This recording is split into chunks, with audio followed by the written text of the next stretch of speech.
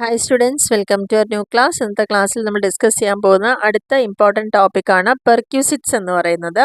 എന്താണ് പെർക്യൂസിറ്റ്സ് എന്ന് പറഞ്ഞാൽ ഒരു വ്യക്തി ജോലി ചെയ്യുമ്പോൾ അവർക്ക് കിട്ടുന്ന സാലറി അല്ലെങ്കിൽ വേജിന് പുറമെ ആയിട്ട് കിട്ടുന്ന മറ്റുള്ള ആനുകൂല്യങ്ങളെയാണ് എന്ത് പറയുന്നത് പെർക്യൂസിറ്റ്സ് എന്ന് പറയുന്നത്. അത് ഒരു കാഷ്വൽ എമോളിമെൻറ്റ്സ് ആയിരിക്കാം, അല്ലെങ്കിൽ profit attached to any position or office or position in addition to salaries or wages. നമ്മൾ ഏത് തരത്തിലുള്ള ജോലിയിലാണോ ഇരിക്കുന്നത്, നമ്മുടെ പൊസിഷൻ എന്താണോ, അപ്പം നിങ്ങൾക്ക് അറിയാം, ഇപ്പോൾ ഒരു എക്സാമ്പിൾ പറയുകയാണെങ്കിൽ ബാങ്ക് ജോലി, ബാങ്കിൽ വർക്ക് ചെയ്യുന്ന ഒരു ക്ലർക്കിനും അല്ലെങ്കിൽ അവിടെ ഉള്ളൊരു ഓഫീസറിനും രണ്ട് തരത്തിലുള്ള ശമ്പളമായിരിക്കും ഉണ്ടായിരിക്കുക. അത് അവരുടെ പൊസിഷൻ അനുസരിച്ചുള്ള സാലറി അല്ലെങ്കിൽ സൗകര്യങ്ങൾ കൊടുക്കും, അല്ലേ, പല ഫെസിലിറ്റീസ് പ്രൊവൈഡ് ചെയ്യും. അപ്പം അതെല്ലാം ആ ഒരു ഓഫീസ് അല്ലെങ്കിൽ ആ പൊസിഷൻ്റെ മുകളിൽ സാലറിക്ക് പുറമേ ആയിട്ട് കൊടുക്കുന്ന അത്തരത്തിലുള്ള എമോളിമെൻറ്റ്സിനെയാണ് പെർക്യൂസിറ്റ്സ് എന്ന് പറയുന്നത്. It is the value of any benefit or facility given by the employer. എവിടെയാണോ നമ്മൾ ജോലി ചെയ്യുന്നത്, നമ്മുടെ എംപ്ലോയർ നമുക്ക് തരുന്ന ചില ബെനിഫിറ്റുകൾ, ആനുകൂല്യങ്ങൾ, അതല്ലെങ്കിൽ ഫെസിലിറ്റീസ്, അതെല്ലാം എന്തായിട്ട് പറയാം, നമുക്ക് പെർക്യൂസിറ്റ്സ് ആയിട്ട് പറയാം. അത് ചിലപ്പോൾ ക്യാഷ് ആയിട്ട് തരും ചില കേസിൽ, അല്ലെങ്കിൽ ചിലപ്പം നല്ല ഒന്നില്ലെങ്കിൽ നമുക്ക് ക്യാഷ് ഇത്ര എമൗണ്ട് വേണ്ടിയിട്ട് തരുന്നു എന്നുള്ളത് പറഞ്ഞിട്ട് ക്യാഷായി തരാം, അല്ലെങ്കിൽ ഇൻ കൈൻഡ്, അല്ലെങ്കിൽ സാധനങ്ങളോ സേവനങ്ങളോ ഒക്കെ ആയിട്ട് നമുക്കവിടെ കിട്ടാവുന്നതാണ്.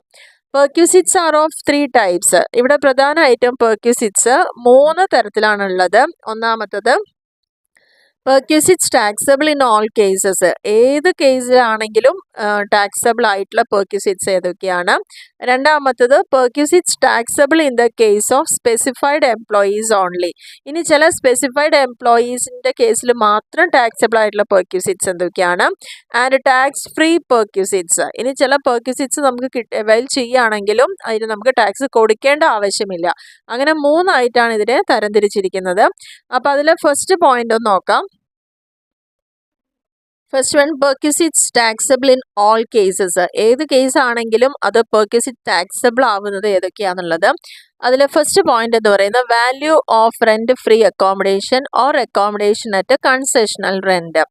അതായത് ചിലപ്പോൾ നമ്മൾ ചെയ്യുന്ന ജോലിയുടെ ഭാഗമായിട്ട് നമുക്ക് ക്വാർട്ടേഴ്സ് എല്ലാം കിട്ടും, അല്ലെങ്കിൽ അക്കോമഡേഷൻ പ്രൊവൈഡ് ചെയ്യുന്നുണ്ടാവും, അല്ലെങ്കിൽ കൺസെഷണൽ റെന്റ് കൊടുത്താൽ മതിയാകും. അങ്ങനെയുള്ള ഫെസിലിറ്റീസ് നമുക്ക് തരാറുണ്ട്. ചിലപ്പോൾ ഫുള്ളി ഫർണിഷ്ഡ് ആയിട്ടുള്ള അക്കോമഡേഷൻ, അവർ തന്നെ വീടും കാര്യങ്ങളും അതിൻ്റെ ഫർണിഷിങ്ങും എല്ലാം ചെയ്ത് തന്നിട്ട് തന്നെ നമുക്ക് താമസിക്കാൻ ഒരു സൗകര്യം ചെയ്തു തരാറുണ്ട്. ചില കേസസിൽ നമുക്ക് ചെറിയൊരു എമൗണ്ട് മാത്രം റെൻ്റായിട്ട് കൊടുത്തുകൊണ്ടും ഇത്തരത്തിലുള്ള ഫെസിലിറ്റി അവൈൽ ചെയ്യാറുണ്ട്. When the employer provides accommodation to employees, its value is treated as a perquisite. Employer അവിടെ വർക്ക് ചെയ്യുന്ന എംപ്ലോയിക്ക് അക്കോമഡേഷൻ പ്രൊവൈഡ് ചെയ്യുന്നുണ്ടെങ്കിൽ അതിൻ്റെ വാല്യൂവിനെ നമ്മൾ ട്രീറ്റ് ചെയ്യുന്നത് എന്തായിട്ടാണ്? പെർക്യൂസിറ്റ് ആയിട്ടാണ് ട്രീറ്റ് ചെയ്യാറുള്ളത്. ഓൾറെഡി ഇത് സാലറി ഇൻകത്തിൽ ഇൻക്ലൂഡഡ് ആയിരിക്കും. അപ്പോൾ അതിൻ്റെ ആ വാല്യുവേഷൻ എങ്ങനെയാണെന്ന് ഇവിടെ പറയുന്നുണ്ട്. ഗവൺമെൻറ് എംപ്ലോയി ആണെങ്കിൽ when central government and state government employees are allotted quarters or houses or flats, the value is, എങ്ങനെയാണ് ആ വാല്യൂവിനെ അവിടെ കൺസിഡർ ചെയ്യുന്നത് എന്നുള്ളത് നോക്കാം. അവർക്ക് താമസ സൗകര്യം സെൻട്രൽ ഗവൺമെൻറ്റോ സ്റ്റേറ്റ് ഗവൺമെൻറ്റോ അവിടുത്തെ എംപ്ലോയീസ് ആണെങ്കിൽ അവർക്ക് എങ്ങനെയാണല്ലോ, ആദ്യം അൺഫർണിഷ്ഡ് അക്കോമഡേഷൻ, അതായത് നമ്മൾ വെറും താമസം മാത്രം, വീട് മാത്രമേ ഉണ്ടാവുള്ളൂ, വേറെ സൗകര്യങ്ങളൊന്നുമില്ല. അപ്പോൾ amount determine by the government as per rules. അപ്പോൾ അവിടെ ഇത്തരത്തിലുള്ള പദവിയിലിരിക്കുന്ന ആളുകൾക്ക് എത്ര രൂപ വരെ, അല്ലെങ്കിൽ എങ്ങനെയാണ് അക്കോമഡേഷൻ ഓൾറെഡി ഗവൺമെൻറ്റിൽ റൂളിൽ പറയുന്നുണ്ടാവും. അപ്പോൾ ആ എമൗണ്ട് എത്രയാണോ നമുക്ക് അലൗ ചെയ്തിരിക്കുന്നത് ആ എമൗണ്ട് അവിടെ കാണിക്കുക. നെക്സ്റ്റ് പറയുന്നത് add 10% of cost of furniture or hire charges if any. ഇനി ആ വീട്ടിലേക്ക് വേണ്ട ഫർണിച്ചർ, അതിൻ്റെ കോസ്റ്റ് എന്താണോ അതിൻ്റെ 10% ആഡ് ചെയ്യുക. പിന്നെ ആ ഫർണിച്ചർ കൊണ്ടുവരാൻ വേണ്ടി വല്ല ചാർജ് വരിക അങ്ങനെയൊക്കെ ഉണ്ടെങ്കിൽ എന്തായാലും ആ കോസ്റ്റിൻ്റെ 10% കൂടിയിട്ട് അതിനോടുകൂടി ആഡ് ചെയ്യുക. ആദ്യം കൊടുക്കുന്ന എമൗണ്ട് എഴുതുക, ഒപ്പം ഒരു ഫർണിച്ചർ പ്രൊവൈഡ് ചെയ്യുന്നുണ്ടെങ്കിൽ അതിൻ്റെ 10% കൂടി എടുക്കുക. അപ്പോൾ നമുക്ക് എന്തായി? Value of rent free furnished ഹൗസായി. അത്രയും നമുക്ക് അവിടെ കിട്ടുന്നതാണ്. ഇനി അതിൽ നിന്ന് അപ്പോഴാണ് value of rent free furnished house എത്രയാണെന്നുള്ളത് വാല്യൂ കിട്ടുന്നത്. അതിൽ നിന്ന് നമ്മൾ എന്ത് ചെയ്യും? ഈ എംപ്ലോയിയുടെ കയ്യിൽ നിന്ന് ചിലപ്പോൾ എമൗണ്ട് കളക്ട് ചെയ്യുന്നുണ്ടാവും, ചെറിയൊരു എമൗണ്ട് കളക്ട് ചെയ്യുന്നുണ്ടാവും. ആ എമൗണ്ട് കുറയ്ക്കുക. കുറച്ചതിന് ശേഷം കിട്ടുന്ന എമൗണ്ടിന് എന്ത് പറയുന്നത്? Value of accommodation at concessional rent. ഇതിനെയാണ് value of accommodation at concessional rent എന്ന പേരിൽ അറിയപ്പെടുന്നത്. അപ്പോൾ ഇത്ര മാത്രമേ ചിന്തിക്കാനുള്ളൂ. ഒരു ഗവൺമെൻറ് എംപ്ലോയി ആണെങ്കിൽ ആക്ച്വലി എമൗണ്ട് ഡിറ്റർമിൻ ചെയ്തിട്ടുണ്ടാവും ഗവൺമെൻറ്. ആ എമൗണ്ട് എത്ര നോക്കുക. അതിൻ്റെ ഒപ്പം അതിൻ്റെ കോസ്റ്റ് ഓഫ് ഫർണിച്ചർ ഉണ്ടെങ്കിൽ അത് 10% ആഡ് ചെയ്യാം. അപ്പോൾ നമുക്ക് എന്ത് കിട്ടും? Value of rent free furnished house കിട്ടും. അതിൽ നിന്ന് ആക്ച്വലി അതിലേക്ക് വേണ്ടിയിട്ട് എംപ്ലോയിയുടെ കയ്യിൽ നിന്ന് എന്താണോ വാങ്ങുന്നത് അല്ലെങ്കിൽ എമൗണ്ട് കളക്ട് ചെയ്യുന്നത് അതുണ്ടെങ്കിൽ ലെസ് ചെയ്യുക ബാലൻസ് ആണ് value of accommodation at concessional rent എന്ന പേരിൽ അറിയപ്പെടുന്നത്. ഇനി ഇപ്പം നമ്മൾ ഡിസ്കസ് ചെയ്തത് ഒരു ഗവൺമെൻറ് എംപ്ലോയിയുടെ കേസ് ആണെങ്കിൽ, ഇനി അതല്ലാത്ത എംപ്ലോയീസിന് ഇത്തരത്തിലുള്ള സൗകര്യങ്ങൾ കൊടുക്കുന്നുണ്ടെങ്കിൽ എങ്ങനെയാണ് അതിൻ്റെ കൺസിഡറേഷൻ എന്ന് നോക്കാം. If accommodation is owned by employer, accommodation employer സ്വന്തമായിട്ട്, ഇപ്പം ചില ആളുകൾക്ക് എന്താണ് അവിടെ വരുന്ന ജോലിക്കാർക്ക് താമസിക്കാനുള്ള ബിൽഡിങ്ങുകൾ അല്ലെങ്കിൽ വീടുകളൊക്കെ അവരുടെ സ്വന്തമായിട്ട് എംപ്ലോയറുടെ കയ്യിലുണ്ടാവുമായിരിക്കും. അങ്ങനെ വരുന്ന സമയത്ത് ആ അക്കോമഡേഷൻ ഒരു സിറ്റിയിലാണ് എങ്കിൽ അവിടുത്തെ പോപ്പുലേഷൻ 25 lakh വരെയുള്ള ജനങ്ങൾ താമസിക്കുന്ന ഒരു സിറ്റിയിലാണ് ഈ ഫെസിലിറ്റി എങ്കിൽ അവരുടെ 15% സാലറിയാണ് ഇതിന് വേണ്ടി എടുക്കുക.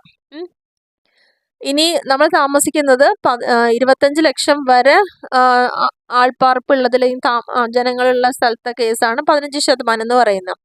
രണ്ടാമത്തെ കേസിൽ പറയുന്നത് 10 ലക്ഷത്തിനും 25 ലക്ഷത്തിനും ഇടയിൽ പോപ്പുലേഷൻ ഉള്ള സ്ഥലത്താണെങ്കിൽ 10% ഓഫ് സാലറി. മൂന്നാമത്തെ കേസിൽ പറയുന്നത് അതർ പ്ലേസസ്, ഇതൊന്നും അല്ലാതെ ആണ് പറയുന്നതെങ്കിൽ 7.5% ഓഫ് സാലറി. ഇവിടെ നമുക്ക് ഓൾറെഡി ഗവൺമെൻറ് എംപ്ലോയീസ് ആണെച്ചാൽ എമൗണ്ട് ഗവൺമെൻറ് ഡിറ്റർമിൻ ചെയ്യുന്നു പറഞ്ഞു.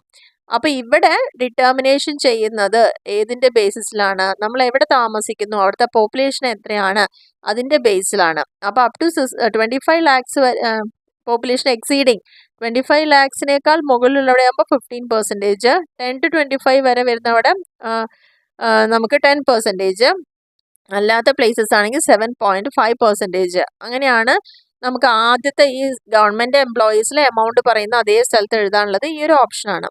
രണ്ടാമത് നമ്മളിവിടെ ചെയ്തത് add 10% cost of furniture add ചെയ്യാൻ പറഞ്ഞത് സെയിം. ഇവിടെയും നമ്മൾ എന്ത് ചെയ്യും? Add 10% of cost of furniture or hire charges ഉണ്ട്. ഇവിടെയും 10% തന്നെയാണ് നമ്മൾ ചെയ്യുന്നത്. അതിനുശേഷം നമ്മൾ അതിൻ്റെ value of rent free furnished house കിട്ടും. പിന്നെ എമൗണ്ട് നമ്മൾ എംപ്ലോയിയുടെ കയ്യിൽ നിന്ന് കളക്ട് ചെയ്യുന്നുണ്ടെങ്കിൽ അത് കുറയ്ക്കും. ബാക്കി പ്രൊസീജിയർ എല്ലാം ഇവിടെ സെയിം തന്നെയാണ്. അപ്പോൾ ഫസ്റ്റ് ഇതൊരു എമൗണ്ട് ഡിറ്റർമിൻ ചെയ്യുക എന്നുള്ളതാണ് നമുക്കുള്ളത്. അതിനുശേഷം 10% ഫർണിച്ചർ കോസ്റ്റ് ഉണ്ടെങ്കിൽ ആഡ് ചെയ്യും. അതിനുശേഷം നമ്മൾ ചെയ്യുന്നത് എംപ്ലോയിയുടെ കയ്യിൽ നിന്ന് വാങ്ങുന്ന എമൗണ്ട് ലെസ് ചെയ്യും. ഇനി ഇവിടെ തന്നെ വേറൊരു കാറ്റഗറി വരുന്നുണ്ട്. ആദ്യത്തെ കേസ് ഗവൺമെൻറ് എംപ്ലോയി, രണ്ടാമത്തെ കേസ് അതർ എംപ്ലോയീസ് ആണെങ്കിൽ തന്നെ നമുക്ക് എംപ്ലോയറുടെ സ്വന്തമായിട്ടുള്ള ബിൽഡിംഗ് ആണ് നമുക്ക് തരുന്നതെങ്കിൽ ഇതാണ് ചെയ്യുന്നത്. ഇനി ചിലപ്പം എംപ്ലോയർ എന്ത് ചെയ്യാറുണ്ട്? അവർ തന്നെ റെന്റിന് നമ്മൾക്ക് വേണ്ടി വാങ്ങിച്ചു തരാറുണ്ട്, അല്ലെങ്കിൽ ലീസിന് എടുക്കുന്ന പ്രോപ്പർട്ടി നമുക്ക് യൂസ് ചെയ്യാൻ തരാറുണ്ട്. അങ്ങനെ വരുന്ന സമയത്ത് അവിടെ നമ്മൾ കാൽക്കുലേഷൻ വരുന്നത് ഈ വാല്യൂ ഓഫ് അൺഫർണിഷ്ഡ് ഹൗസ് കാണുന്നത് എങ്ങനെയായിരിക്കും? 15% ഓഫ് സാലറി നോക്കും, അല്ലെങ്കിൽ ആക്ച്വൽ ലീസ് റെന്റിൽ എന്താണോ എന്നുള്ളത് നോക്കാം. കാരണം ഇവർ തന്നെ നമുക്ക് ലീസിന് എടുത്തിട്ടുള്ള ഒരു പ്രോപ്പർട്ടിയാണ് നമുക്ക് പ്രൊവൈഡ് ചെയ്യുന്നത് അല്ലേ. അപ്പോൾ ആക്ച്വൽ ലീസ് റെന്റ് എന്താ നോക്കുക, പിന്നെ അതേപോലെ അവരുടെ 15% ഓഫ് സാലറി എന്താ നോക്കുക. അതിൽ ഏതാണോ കുറവ് അതായിരിക്കും വാല്യൂ ഓഫ് അൺഫർണിഷ്ഡ് ഹൗസ് വരുന്നുണ്ടാവുക. ബാക്കിയെല്ലാം സെയിം തന്നെയാണ്. 10% ഓഫ് കോസ്റ്റ് ഓഫ് ഫർണിച്ചർ നമ്മൾ ആഡ് ചെയ്യുന്നു. പിന്നെ എമൗണ്ട് കളക്റ്റഡ് ഫ്രം എംപ്ലോയി എന്ന് പറയുന്നത് അവിടെ ലെസ് ചെയ്യുന്നു. ഓക്കെ, അപ്പോൾ ബാക്കി പ്രൊസീജിയർ, അപ്പോൾ ആദ്യത്തെ കാൽക്കുലേഷൻ മാത്രമാണ് ഇവിടെ നമുക്ക് നോക്കുമ്പോൾ ഒരു വ്യത്യസ്തത ഉള്ളത്. ഗവൺമെൻറ് എംപ്ലോയിക്ക് ആണെങ്കിൽ എന്ത് ചെയ്യണം എന്നുള്ളത്, അല്ലാത്ത എംപ്ലോയീസ് ആണെങ്കിൽ എംപ്ലോയറുടെ തന്നെ 2 കേസസ് പറയുന്നു. ഒന്ന് ഓൺ ബിൽഡിംഗ് ആണെങ്കിൽ, ഒന്ന് റെന്റിനോ ലീസിനോ എടുത്താണെങ്കിൽ. അവിടെ മാത്രമാണ് ഒരു വ്യത്യാസം വരുന്നുള്ളൂ. ഇനി നമ്മളുടെ ഇവിടെയൊക്കെ ഇപ്പം 3 കേസസ് പറഞ്ഞു കഴിഞ്ഞു. ആ 3 കേസസിലും നമ്മളോട് പറയുന്നുണ്ട് 15% സാലറി, 10% എന്നൊക്കെ പറയുന്നുണ്ട് അല്ലേ.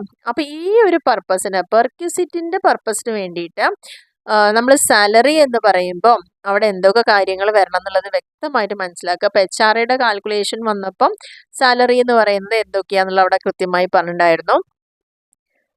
അതായത് സാലറിയുടെ ഒപ്പം നമ്മൾ DA ടേംസ് ഓഫ് എംപ്ലോയ്മെൻ്റ് ആണെങ്കിൽ അതെടുക്കും. പിന്നെ ഡിയർനെസ് പേ ഉണ്ടെങ്കിൽ അതെന്തായാലും എടുക്കും. പ്ലസ് പിന്നെ നമ്മൾ പറഞ്ഞിരുന്നത് എന്താണ്, കമ്മീഷൻ അല്ലേ, അതായത് fixed percentage of turn over ആയിരുന്നു പറഞ്ഞിരുന്നത്. ഇവിടെ പെർക്യൂസിറ്റ്സിന്റെ കേസിൽ സാലറി എന്ന് എടുക്കുമ്പോൾ എന്തൊക്കെ കാര്യങ്ങളാണ്, ബേസിക് പേ, എന്താണോ ബേസിക് പേ അതെടുക്കും. സെയിം തന്നെ ഡി എ, എങ്ങനെ ഡി എ എടുക്കുന്നത്, if given under the terms of employ, അതൊക്കെ സെയിം തന്നെയാണ്. ഇനി ഇവിടെ വരുമ്പോൾ ബോണസ് വരുന്നുണ്ട്, കമ്മീഷൻ വരുന്നുണ്ട്, ടാക്സബിൾ അലവൻസുകളും വരുന്നുണ്ട്. But does not include the value of any perquisite. പെർക്യൂസിറ്റിന്റെ ഒരു വാല്യൂ ഇവിടെ വരുന്നില്ല.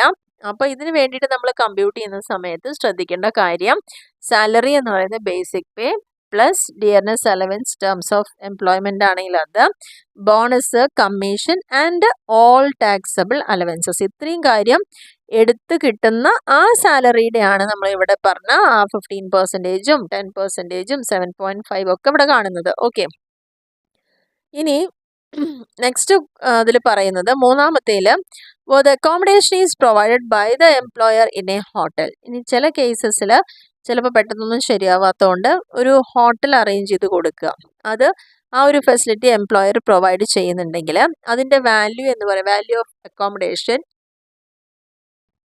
എങ്ങനെയായിരിക്കാം എന്നുള്ളതാണ് പറയുന്നത്.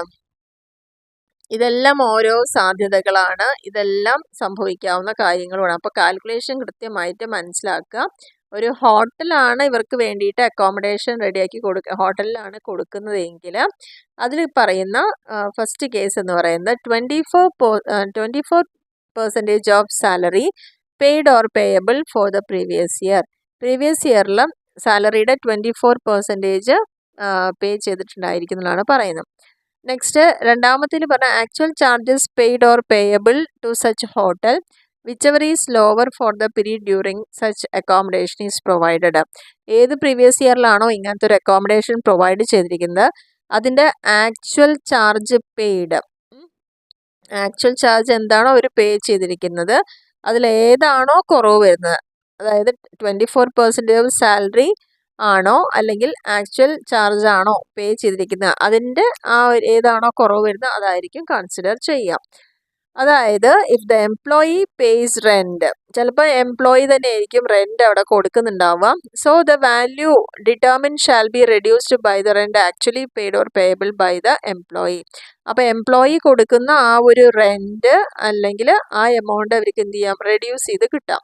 There is no perquisite value if the accommodation is provided for a period not exceeding 15 days.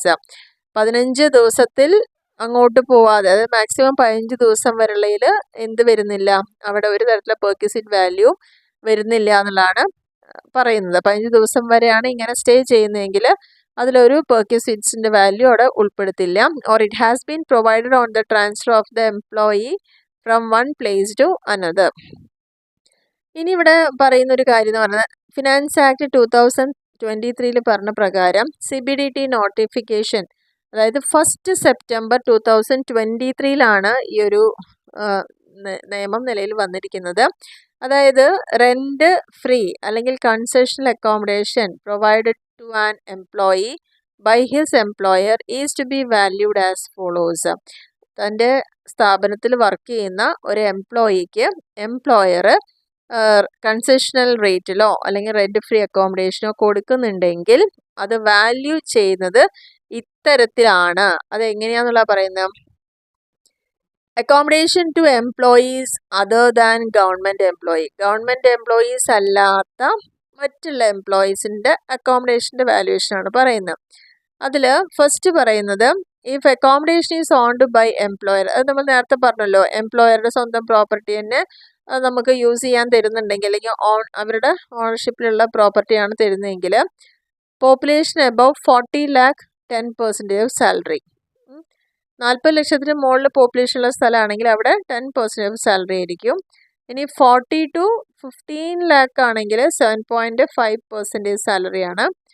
പിന്നെ പറയുന്നത് അപ് ടു 15 lakh വരെയാണെങ്കിൽ 5%. അപ്പോൾ 5, 7.5, 10. അതിൻ്റെ സ്റ്റാർട്ടിങ് വരുന്നത് 15 lakh, 15 to 40, above 40. ഓക്കെ, ഇതാണ് നോക്കേണ്ടത്. ഇനി രണ്ടാമത്തത് പറഞ്ഞത് എന്താണ്, അക്കോമഡേഷൻ നമുക്ക് വേണ്ടി എംപ്ലോയർ അറേഞ്ച് ചെയ്ത് തരികയാണ്, ലീസിനോ റെൻറ്റിനോ ഒക്കെ എടുത്ത് തരികയാണെങ്കിൽ അവിടെ നമ്മൾ എടുക്കുന്നത് 10% ഓഫ് സാലറി ആണോ അല്ലെങ്കിൽ ആക്ച്വൽ റെൻ്റ് ആണോ, ഏതാണോ കുറവ് അതായിരിക്കും അവിടെ നമ്മൾ കൺസിഡർ ചെയ്യേണ്ടത്. ഓക്കെ, അപ്പം എംപ്ലോയറുടെ ആ ഒരു കാൽക്കുലേഷനെ കുറിച്ചാണ് ഇവിടെ നമ്മളോട് പറഞ്ഞിരിക്കുന്നത്. പുതിയ ആക്ട് പ്രകാരമാണ് ഇത് എന്നും മുതലാണ് നിലവിൽ വന്നിരിക്കുന്നത്, പ്രത്യേകിച്ച് ശ്രദ്ധിക്കുക. കാരണം 2023 സെപ്റ്റംബർ 1 ഈ പുതിയൊരു മാറ്റം വന്നിരിക്കുന്നത്. അപ്പോൾ അതുകൊണ്ട് തന്നെ നമ്മളിവിടെ ആ ഒരു പോയിന്റ് എപ്പോഴും പ്രോബ്ലം ഒക്കെ ചെയ്യുന്ന സമയത്ത് ഈ ഡേറ്റിന് നല്ല ഇമ്പോർട്ടൻസ് കൊടുക്കുക എന്നുള്ളതാണ് ഇവിടെ പറയാനുള്ളത്. In the above two cases, the amount so arrived shall be added by 10% of cost of furniture or hire charges if any, reduce the amount collected from the employee if any. ബാക്കി സംഭവം same തന്നെയാണ്, നമ്മൾ നേരത്തെ പറഞ്ഞ അതേ കാര്യങ്ങളുണ്ട്. പക്ഷേ ഇവിടെ നമ്മൾ ആദ്യം പറഞ്ഞ ആ പെർസെൻറ്റേജ് ഓഫ് സാലറിയുടെ കാര്യത്തിൽ വന്ന ചെറിയ വ്യത്യാസങ്ങൾ മാത്രമാണ്. കാരണം നമ്മൾ അപ്പോഴത്തെ കേസിൽ 25 lakh എബവ് വരുമ്പോഴായിരുന്നു 15% വന്നത്. ഇപ്പം അങ്ങനെയല്ല, അത് 40 lakhന് മുകളിൽ വരുമ്പോൾ 10% ആണ് കാണിക്കുന്നത്. അപ്പോൾ due to the above amendment, പുതിയ ഭേദഗതി പ്രകാരമാണ് ഈ ഒരു നിയമം വന്നിരിക്കുന്നത്. അപ്പോൾ RFA എന്ന് പറയുന്നത് റെൻറ്റ് ഫ്രീ അക്കോമഡേഷൻ അല്ലെങ്കിൽ അക്കോമഡേഷൻ അറ്റ് കൺസെഷണൽ റെൻറ്റ് എന്ന് പറയുന്നത് എങ്ങനെയാണ് വാല്യൂ ചെയ്യുന്നത്? 1 April മുതൽ. അപ്പോൾ നമ്മുടെ പ്രീവിയസ് ഇയർ എന്ന് പറയുന്നത് 1 April മുതൽ 31 August 2023 വരെ മാത്രമാണ് പഴയ റേറ്റ് വരുന്നത്, ഓൾഡ് റേറ്റ് വരുന്നത് 5 മാസത്തേക്ക്. പക്ഷേ 1 September 2023 മുതൽ 31 March 2024 വരെയുള്ള 7 months വരുന്നത് പുതിയ റേറ്റിലായിരിക്കണം. അപ്പോൾ അത് പ്രത്യേകിച്ച് ഓർക്കുക. കാരണം നമ്മൾ ചെയ്യുന്ന പ്രോബ്ലംസ് എന്ന് പറയുന്നത് നമ്മുടെ പ്രീവിയസ് ഇയർ എന്താണ് 23-24 ആണ്. അപ്പോൾ 23-24 ഇത്തരത്തിലൊരു പ്രോബ്ലം വരുന്ന സമയത്ത് നമ്മൾ 23 എവിടെ നിന്നാണ് തുടങ്ങുക? 1 April 2023 മുതൽ 31 March 2024 വരെയാണ് നമ്മുടെ ഫിനാൻഷ്യൽ ഇയർ എന്ന് പറയുന്നത്. അങ്ങനെ വരുന്ന സമയത്ത് പെർക്വിസിറ്റിൻ്റെ ഇത്തരത്തിലുള്ളൊരു കാൽക്കുലേഷൻ വരുമ്പോൾ നമ്മൾ 1 April മുതൽ 31 August വരെ മാത്രമാണ് നമുക്ക് ഈ ഒരു റേറ്റ് അവിടെ അപ്ലൈ ചെയ്യാൻ പറ്റുള്ളൂ. സെപ്റ്റംബർ മുതൽ മാർച്ച് വരെ വരുന്നത് പുതിയ റേറ്റ് ആയിരിക്കും. അപ്പോൾ ആദ്യത്തെ 5 മാസത്തേക്ക് വേറെയും 7 മാസത്തേക്ക് പുതിയ റേറ്റും ആയിരിക്കും എന്നുള്ളത് പ്രത്യേകിച്ച് ഓർക്കേണ്ട ഒരു കാര്യം തന്നെയാണ്. ഇനി രണ്ടാമത്തെ മെയിൻ പോയിന്റ് ആണ് any amount paid by employer in respect of any obligation payable by employee. ഇനി എംപ്ലോയിക്ക് വേണ്ടിയിട്ട് ചിലപ്പം ഏതെങ്കിലും തരത്തിലൊരു എമൗണ്ട് എംപ്ലോയർ പേയ്മെൻറ്റ് ചെയ്തിട്ടുണ്ടെങ്കിൽ എന്തായിരിക്കും ഇവിടെ പറയുക? Like payment of club bills or hotel bill. ഇപ്പോൾ എംപ്ലോയിയുടെ ഹോട്ടൽ ബില്ല് ചിലപ്പം എംപ്ലോയർ തന്നെ പേ ചെയ്യാം, ക്ലബ്ബ് ബില്ലുകൾ അടയ്ക്കാം, ലോൺ വേണമെങ്കിൽ അടയ്ക്കാം, education expense of employees children, income tax or any other tax payable by employee. However, any income tax on perquisite payable by employee if paid by employer is not taxable perquisites. അപ്പോൾ എന്തെങ്കിലും income tax on പെർക്വിസിറ്റ്സ് എംപ്ലോയിക്ക് കിട്ടിയിരിക്കുന്ന പെർക്വിസിറ്റിൻ്റെ മുകളിൽ tax payment ചെയ്തിട്ടുണ്ടെങ്കിൽ if paid by employer, അത് employer ആണ് പേ ചെയ്തിരിക്കുന്നതെങ്കിൽ അതെന്തല്ല? Taxable perquisite അല്ല എന്നുള്ളതാണ് അവിടെ പറയുന്നത്. അടുത്ത കേസിൽ interest free loan or loan at concessional rate. അതായത് where the employer has provided any loan without charging any interest or charging very low rate of interest, its valuation is as follows. ചിലപ്പോൾ employer അവിടെ work ചെയ്യുന്ന എംപ്ലോയിക്ക് loan provide ചെയ്യാം, ഒന്നില്ലെങ്കിൽ ചെറിയ റേറ്റിൽ മാത്രം interest charge ചെയ്യാം, അതല്ലെങ്കിൽ ചിലപ്പോൾ ഇൻട്രസ്റ്റേ വാങ്ങാതെ ലോണ് പ്രൊവൈഡ് ചെയ്യാം. അങ്ങനെ വരുന്നൊരു കേസിൽ ഇതിൻ്റെ വാല്യുവേഷൻ എങ്ങനെയായിരിക്കും എന്നുള്ളത് നോക്കാം. അതിൽ ഫസ്റ്റ് പറയുന്നത് where the amount of loan does not exceed ₹20,000 the value shall be nil.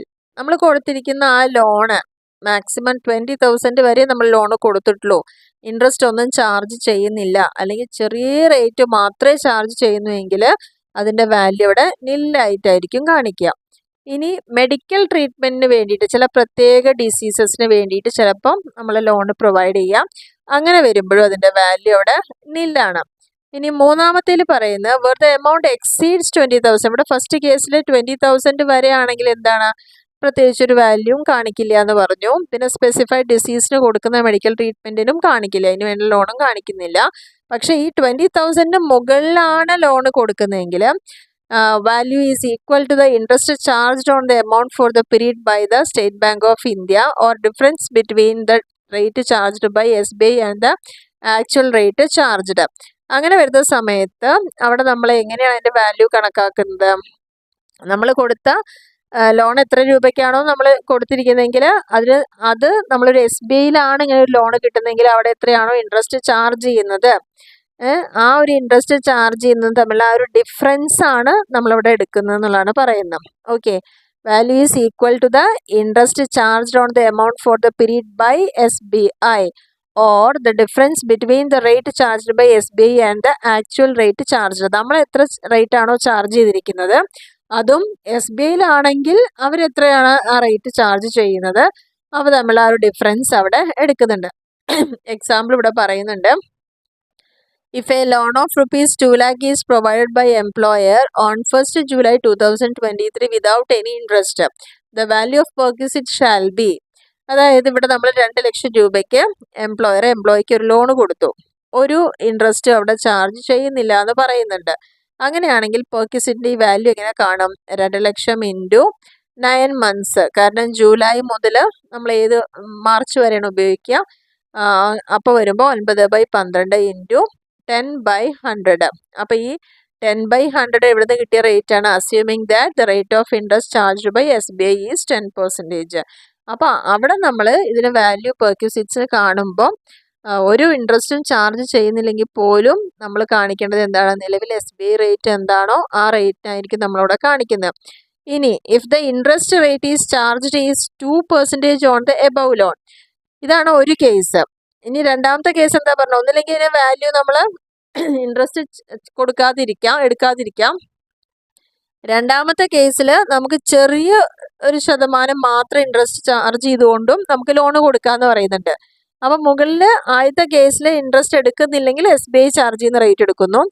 രണ്ടാമത്തെ കേസിൽ ഇൻട്രസ്റ്റ് ചാർജ് 2% ആണെന്ന് വിചാരിക്കും. ഇതേ ലോണിന് നമ്മൾ എടുക്കുന്നത് 2% മാത്രമേ നമ്മൾ പലിശ വാങ്ങുന്നുള്ളൂ എങ്കിൽ ദ വാല്യൂ ഓഫ് പെർക്വിസിറ്റ്സ് എങ്ങനെയായിരിക്കും? 2 lakh ഇൻറ്റു 9/12 ഇൻറ്റു, കാരണം ഇവിടെ ഒക്കെ 9 മാസമല്ലേ, 8/100. കാരണം ആ വ്യത്യാസം നിങ്ങൾക്ക് മനസ്സിലായിരുന്നു. ആദ്യത്തെ കേസിൽ SBI എടുക്കുന്ന സെയിം റേറ്റ് എടുത്തു, നമ്മൾ ഒരു ഇൻട്രസ്റ്റും ചാർജ് ചെയ്യാത്തപ്പം. നമ്മൾ ഇൻട്രസ്റ്റ് ചാർജ് ചെയ്യുമ്പോൾ അവ തമ്മിലുള്ള ഡിഫറൻസ് ആണ് എടുക്കുന്നത്. ഇപ്പോൾ 2% ഇൻട്രസ്റ്റ് ഞാൻ എടുക്കുന്നതെങ്കിൽ അപ്പോൾ SBIയിൽ നിലവിൽ 10% ആണെന്ന് വിചാരിക്കുക. അപ്പോൾ ആ ഡിഫറൻസ് എത്രയാണ് വരുന്നത്? 10 - 2 എത്ര? 8/100 ആയിരിക്കും ഇവിടെ കാണിക്കേണ്ടത്. ഇങ്ങനെയാണ് ഒരു എംപ്ലോയിക്ക് ലോൺ പ്രൊവൈഡ് ചെയ്തിട്ടുണ്ടെങ്കിൽ അതിൻ്റെ പെർക്വിസിറ്റിൻ്റെ വാല്യുവേഷൻ എന്ന് പറയുന്നത്. അപ്പോൾ ഈ ഒരു വീഡിയോയിൽ നമ്മൾ 2-3 കാര്യങ്ങൾ, പ്രധാനമായിട്ടും റെൻറ്റ് ഫ്രീ അക്കോമഡേഷൻ എന്താണെന്നുള്ളതും അതുപോലെ തന്നെ എംപ്ലോയർ പേയ്മെൻറ്റ് ചെയ്യുന്ന കേസസും ലോൺ പ്രൊവൈഡ് ചെയ്യുമ്പം എങ്ങനെയുണ്ട് വാല്യുവേഷൻ എന്നുള്ള കാര്യങ്ങളൊക്കെയാണ് ഈ 3 കാര്യങ്ങളാണ് ഡിസ്കസ് ചെയ്തത്. അപ്പോൾ ഇതിൽ RFA ഒക്കെ പെർക്വിസിറ്റി ഒക്കെ നോക്കുന്ന സമയത്ത് സാലറി എന്ന് പറയുമ്പോൾ എന്തൊക്കെ കാര്യങ്ങൾ ഉൾപ്പെടുന്നുള്ള കാര്യങ്ങൾ കൃത്യമായിട്ട് മനസ്സിലാക്കുക. Salary plus DA plus bonus plus commission plus taxable അലവൻസുകളാണ് അതിന് വേണ്ടിയിട്ട് നമ്മൾ എടുക്കുന്നത്. അതേപോലെ തന്നെ അതിൻ്റെ ആ പോപ്പുലേഷനിൽ വരുന്ന വേരിയേഷൻ അനുസരിച്ചുകൊണ്ടും ആ മാറ്റങ്ങൾ അവിടെ പറയുന്നുണ്ട്. അപ്പോൾ അതെല്ലാം കൃത്യമായിട്ട് ഓർത്ത് വയ്ക്കുക. വളരെ ഇമ്പോർട്ടൻ്റ് ആയിട്ടുള്ളൊരു വാല്യുവേഷനാണ് ഇവിടെ കാണിക്കുന്നത്. അപ്പോൾ അതുകൊണ്ട് തന്നെ നിങ്ങൾക്ക് ഈ ഒരു തിയറി പാർട്ട് നല്ല വൃത്തിയായിട്ട് മനസ്സിലായാൽ മാത്രമാണ് നമുക്ക് പ്രോബ്ലം വരുമ്പം കൺഫ്യൂഷൻ ഇല്ലാതെ ചെയ്യാൻ പറ്റുള്ളൂ. അപ്പോൾ തിയറി നന്നായിട്ട് മനസ്സിലാക്കാം. ഓക്കെ, അപ്പോൾ നിങ്ങൾക്ക് ഈ ഒരു വീഡിയോ ഇഷ്ടമായി കഴിഞ്ഞാൽ ലൈക്ക് ചെയ്യാനും ഷെയർ ചെയ്യാനും കമൻറ്റ് ചെയ്യാനും ഒന്നും മറക്കരുത്. ടാക്സ് ഒരുപാട് ബുദ്ധിമുട്ടാന്ന് പറയുന്ന ഫ്രണ്ട്സൊക്കെ ഉണ്ടെങ്കിൽ തീർച്ചയായിട്ടും അവരിലേക്കൊക്കെ ഈ ഒരു വീഡിയോ ഒന്ന് ഷെയർ ചെയ്ത് കൊടുക്കുക. സബ്സ്ക്രൈബ് ചെയ്യാതെ ഇപ്പോഴും കാണുന്ന ഒരുപാട് പേരുണ്ട്. തീർച്ചയായിട്ടും ഒന്ന് നിങ്ങൾക്ക് ഈ വീഡിയോ ഇഷ്ടപ്പെടുകയാണെങ്കിൽ മാത്രം ഒന്ന് സബ്സ്ക്രൈബ് ചെയ്യുക കേട്ടോ. അപ്പോൾ ഓക്കെ, താങ്ക്